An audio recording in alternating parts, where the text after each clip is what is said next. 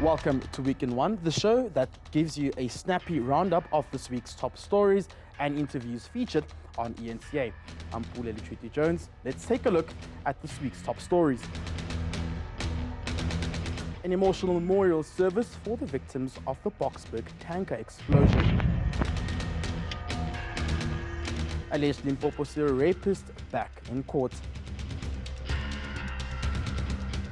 The second and much delayed leg of the ANC's National Conference wraps up. It was a bitter Christmas Eve for grieving families who lost their loved ones in the Boksburg LPG gas tank explosion that claimed the lives of 37 people. They are demanding accountability after the truck's driver was released due to insufficient evidence. Your beloved ones have not gone in vain. That's a message from the Health Minister, Joe Phaahla, who's been full of praise for the staff at the OR Tambo Memorial Hospital. The minister paid tribute to health workers for their response in the face of danger after the tragic tank explosion that has so far claimed the lives of 34 people.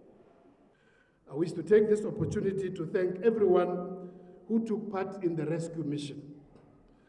In the rescue operation, we thank the Gauteng Emergency Services for dispatching a number of ambulances, response vehicles, rescue vehicles, and also a disaster bus to evacuate the patients at the accident and emergency unit. The CEO of hospital, Senzo Ndabula, says work has started to repair parts of the hospital destroyed by the explosion. Our operating theatre has started functioning today. Our outpatients department have started functioning. We are starting with maternity services for non-critical. And we are committed. The accident and emergency department as well as the radiology will take some reasonable time in order for us to restore services, but we are committed. Foundations have pledged their support, offering to help affected families who've lost their loved ones. The Mahlasedi Foundation said it will also provide necessary counseling for the affected families. And we also involved at the hospital as well with the medical staff as well. There has been a lot of hurt speaking to the doctors there as well. They have really gone through a lot. So we're just here to support and just to bring love and a bit of support and joy to them as much as we can during this difficult time. Some family members remain aggrieved. They are questioning the decision to release the driver behind the incident due to insufficient evidence. Boksburg are in pain because at this moment, how can they say there's no evidence? We are at a memorial service here. There are bodies there. It is raised now to 34. People are dying every day, but still they are saying there's no evidence. What evidence do they want? The Gauteng provincial government has also pledged its commitment to affected families and will ensure they receive the necessary counseling. Pule Letshwiti-Jones in Ekurhuleni. Now to the story. 19, that's how many police officers were killed in the line of duty between April and December last year. While the National Police Commissioner has expressed concern at the ongoing attacks on the men and women in blue, unions are calling for the president to declare the murder of police officers as treason. eNCA's senior reporter, Silindelo Masikana, has more. When it comes to crime in South Africa, the crime statistics reveal a terrifying reality. Good morning, Mapoisa! Our first line of defense are police officers, and criminals have declared war on them. Data from the National Police Commissioner's office reveals 19 cops were killed while on duty between April and December last year. But is anything being done to end the carnage? During parades, members are being inspected to check on whether they have the necessary safety gear and equipment, such as your bulletproof vests. Their firearms are also being inspected to ensure that they are in a good working condition and that they are well maintained. The sharing of directives and instructions is being conducted to ensure that members' awareness is enhanced. We are also conducting the police station security assessments to determine the threats. Police unions are demanding harsher sentences for cop killers and for officers to be better resourced. The call we are making of declaring police killings as treason for it is crime against the state. Police officers represent the state. They are not acting on their own, whether they are on duty or off duty. There have been a number of attacks on police stations as well, where in most cases when police are killed, whether on or off duty, they are mainly killed for their firearms, but as well for the cases they're investigating. So it's quite outrageous. And this is not a new debate, really. We've been engaging with the SAPS over the years, and up to so far, there has not been a plan to deal with police killings. To bolster capacity, over 10,000 newly trained officers have joined law enforcement ranks. A policing endeavour later this year will lay bare the many problems within the SAPS with an eye to resolving them. Slinda Lomasigan, Johannesburg. Limpopo's suspected serial rapist has abandoned his bail application. Bonolo Siok is accused of raping 7 women between 2015 and 2016. He also faces a charge of attempted murder for allegedly attacking a victim with a machete. He made a second appearance in the Bolobedu Magistrate Court on Wednesday. eNCA reporter Muloko Muloto has the story. 33-year-old Bonolo Sioka walked into the courtroom wearing the same T-shirt he had worn during his first appearance on Tuesday. In the Bolobedu Magistrates Court, he appeared for the case involving 2 of the 7 women he allegedly raped between 2015 and 2016. After signing legal aid application forms, he gave his lawyer the instruction. Do you confirm that you do not wish to bring an application to be released on bail? Confirmed, Your Worship. Sioka gave no reasons for his decision to abandon bail application, and his matter was then postponed to the 10th of February for further investigation. You have abandoned bail. On Tuesday, National Prosecuting Authorities Regional Spokesperson Mashudu Malabidzangi told eNCA that at the time of his arrest last week, Sioka was out on 2,000 rand bail for the rape of a 15-year-old girl in 2021. Sioka is back in the neighboring Tzaneen Magistrates Court on Friday for appearance in connection to 5 of the 7 women he allegedly raped between 2015 and 2016. It's still unclear whether he will apply for bail. Muluko Muloto, Limpopo. Now, coming up after the break, we showcase some of the big interviews our anchors did this week with key newsmakers.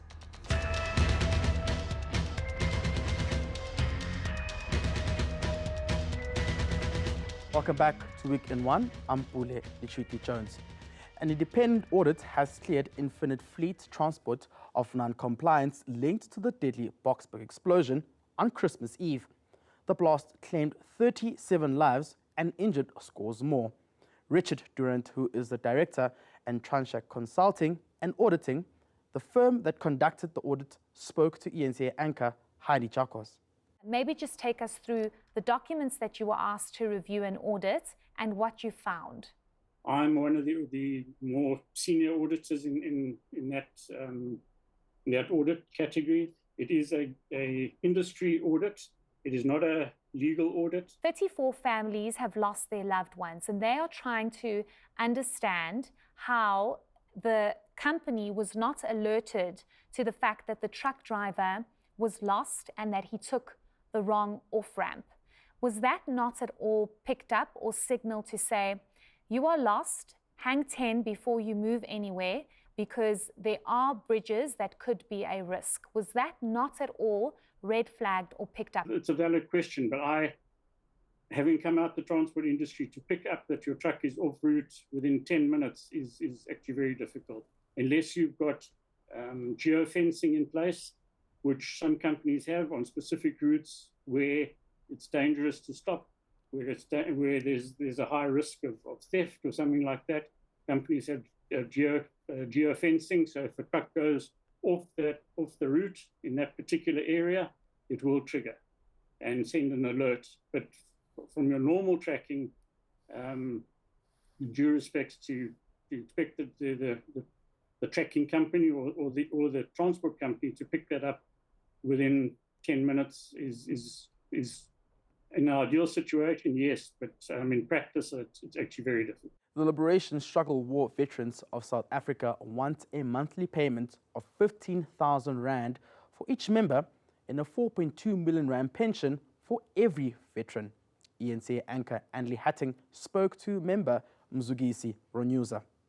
What was agreed by the presidential task team in 2020 and set down in that consensus document that you claim the government has reneged on? One of the main demands was the reparations, with the ones of gratuity in particular.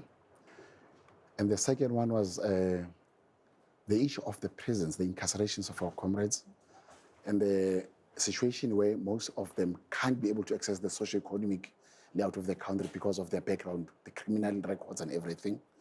The issue of pensions also was part of the primary demands, right?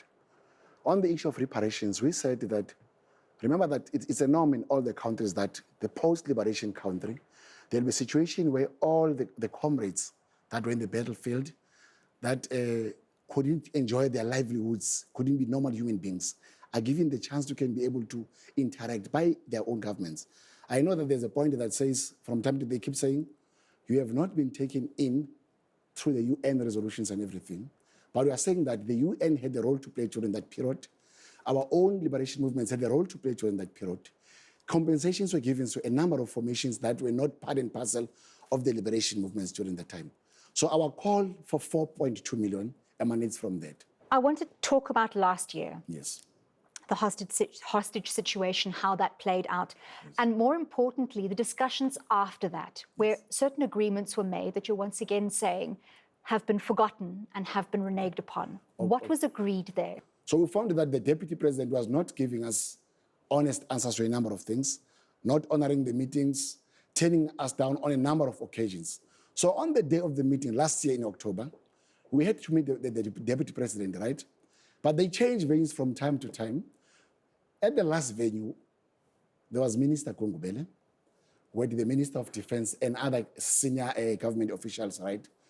On that meeting, we could not find an answer to whatever that we came there for.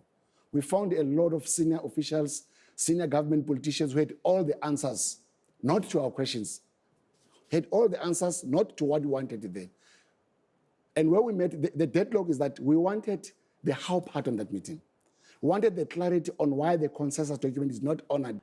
The Gauteng government has missed yet another deadline to decommission e-tolls. eNCA anchor Dumelo Mthotwane spoke to OUTA CEO Wayne de Venage for more context. It really does feel like deja vu. Promises about the scrapping of e-tolls, missing of deadlines. Now a statement coming up from Gauteng saying there seems to be an agreement with Treasury that hasn't been concluded. What's really the story here? They've made the decision. The scheme is going to be scrapped. It has to be scrapped. And and when that happened, when they made that announcement just after the midterm budget policy statement at the end of October, there were a lot of things that I don't think they had prepared themselves for, which was, well, what is the actual date that the scheme will be turned off?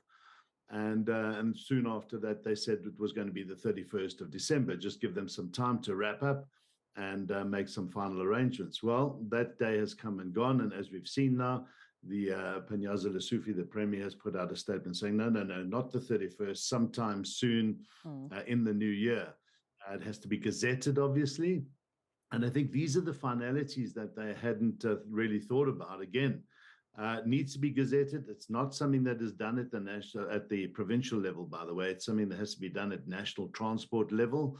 And SANRAL has to acknowledge this. And once that's done, then all those signs along the freeways have to come down. So it's quite a process. And I don't think they've really thought about it. So now they're waiting to gazette it. Once it's gazetted, then the formalities will happen. As far as we're concerned, anybody paying e-tolls today is wasting their money. They are not going to go after you if you don't pay. They can't. They haven't been able to for many years now. So really the scheme is dead. It is over.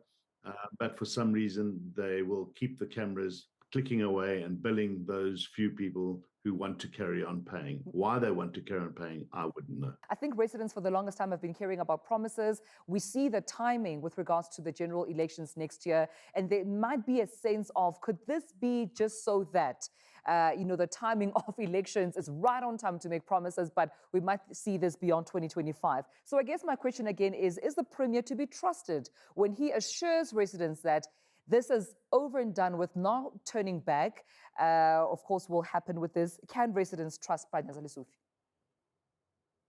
Yeah, I think they can from the point of view that the scheme is dead. It isn't going to be revived. They cannot revive it. So there is no turning back. There was no turning back since 2019 when SANRAL stopped summoning people for non-payment. From that day onwards, it was doomed. And so the only thing left now is to gazette it, make it formal, and then start taking the signs down and repurpose the gantries and the cameras for other things, which they've got plans for. So it is over, done and dusted. As far as we're concerned, it's now just dotting the I's and crossing the T's on some formalities. So yes, it's not going to come back. I don't think they'll kick that can down the road until the elections in 2024, some 18 months away. That would be crazy. I mean, it's just not going to take that long. So this is now waiting for the finalities, I think. Now stay tuned to Week in One. Coming up, the second leg of the ANC National Conference kicks off.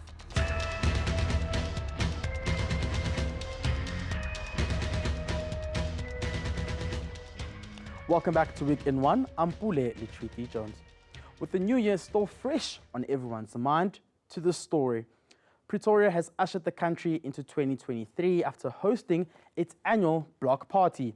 Many South Africans say they were feeling optimistic and are anticipating a prosperous new year. Well, that's where I joined them, and I was there celebrating as well. Well, firstly, let's start off by saying Happy New Year. We're all just quite fatigued, but the New Year's Eve block party was a massive blast, accompanied by a lot of artists, and everyone who came here really was entertained and had fun. Joining me right now is, of course, one of the PR communication managers, Mr. Henry, who speaks on behalf of Times Square. Thank you very much for joining us. Quite a massive event. You must be happy about today. We're extremely happy, Pule. Thank you. It was a wonderful event. Everything went extremely well. You can hear the party still going on behind me. We had a wonderful countdown. And yeah, we're very happy to have Times Square's New Year's Eve block party back. It was happening again. And we wish everyone a wonderful new year, a blessed 2023. And we hope to see you again very soon at the Times Square Sunbait Arena for a bunch of new shows. What are some of the challenges you encountered during this whole event? What are some of them? Look, there was minor issues here and there, but overall, I think people had a wonderful time. You can see people are hungry. They want to come out. They want to come see live entertainment. They want to see some of South Africa's best artists and enjoy it in a safe and friendly environment. So I think we had a wonderful event here, and we're looking forward to doing it again. All right, thank you very much, Mr. Henry, PR communication manager from Times Square. Let's just take a listen to what some of those who came here today had to say about the event, and of course, enjoying themselves, entering and being ushered into the new year of 2023. My New Year's resolution, just to have a good 2023. I don't know what else I can say. Stop drinking, don't smoke. Same. We'll see if it transpires. We're out here. Okay. Yes. We are building ourselves, getting more educations. I encourage every young person out there, get education. Either formally or non-formal education, get it. Education is key. You might not use it in the... Information is power, definitely. I just want to be successful, enjoy life to the fullest. Happy New Year! What is it that you're looking forward for in 2023? Something new? More blessings. Artists who came here to perform as well had some messages for the eNCA viewers. Let's take a listen to what they had to say. Hello everybody, Daliwonga here, and to the eNCA family and the viewers at home, I just want to wish you guys a happy 2023 and be safe, have fun. From me to you, it's all love. My name is Shekinah, and Happy New Year. Well done for making it through 2022. Believe in yourself in case no one else does. As corny as that sounds, that's the only thing that's ever gotten me through anything. Yeah, thank you. Yo, shout out to Prince KB. I appreciate you guys for the love. You guys have been there from the beginning. Love and peace. Peace out. Well, from me and the eNCA team that's ushered you into 2023, we wish you a very, very much prosperous year and a happy blissful new year. Pule Letshwiti-Jones, Tshwane. Now, the much-anticipated second leg of the ANC's National Conference commenced this week. While the party has already elected its leadership, it has yet to complete its program. This includes taking key policy decisions and amending its constitution. Security has been tightened at the Cresta Grand Hotel as ANC delegates in the Western Cape gather for the virtual sitting of its national conference. Among them is former president and the ANC's Elections Committee Chair, Kgalema Motlanthe. For the first time in its history, the ANC failed to conclude its program during its 5-day sitting in December. The Western Cape had sent 263 branch delegates to Nasrec. There's a consensus that the party needs to modernize its processes. I think as ANC, who have been doing this now for years, ever since unbanning, we should be having systems which are perfected. We should be able to register, have a smooth way of registering. I think as a movement, it's due to the fact that you must know we're a mass movement, and in the main, it's a movement of poor people who have average limited education and who have not improved on technology, I must say, as an organization. Even our systems, the delay was more on registration, something which might have actually, we might have done it, having pre-registration in provinces, come and check up, all those things nationally, smoothly. And then delegates go to their hotels. In the morning, we come to the conference and immediately begin the conference. The Western Cape is also one of 2 provinces that is yet to hold its provincial elective conference. The new Secretary General, the SG, have already declared that ourselves and Free State, we must go to conference in March. So that is, we are preparing for that now. We'll be rolling the PAGMs, electing delegates and electing branches nominating. Officials in the province say they're working around the clock to ensure they meet the 70% threshold required to hold its elective conference. Slinda Lomasigan, Cape Town. Now we end the show on this positive note. The COVID-19 pandemic nearly decimated South Africa's tourism industry. But a bumper 2022 has breathed new life into the sector. Compared to the year before, Cape Town has seen an astounding 36% rise in tourists. That means over 20 million people visited the mother city. eNCA's Ronald Masinda has the story. A visit to Table Mountain remains a firm feature on many people's bucket lists. As one of the 7 wonders of nature, Table Mountain has been cashing in on tourism this summer. Officials say at least 4,000 people have visited the area since the start of the festive season. It's really great to see the place so active and, so many people from all corners of the world, especially local people from Johannesburg, Durban, Eastern Cape. It's such a privilege that everybody's here and that people are so tolerant despite the fact that the queues are quite long. Some of Cape Town's townships have offered tourists a journey off the beaten track for a truly South African experience. We do tourism, local tourism in Gugulethu, where we take people on walking tours of Gugulethu. We show them the dark side of Cape Town as it is, because a lot of people don't actually know what goes on in Gugulethu.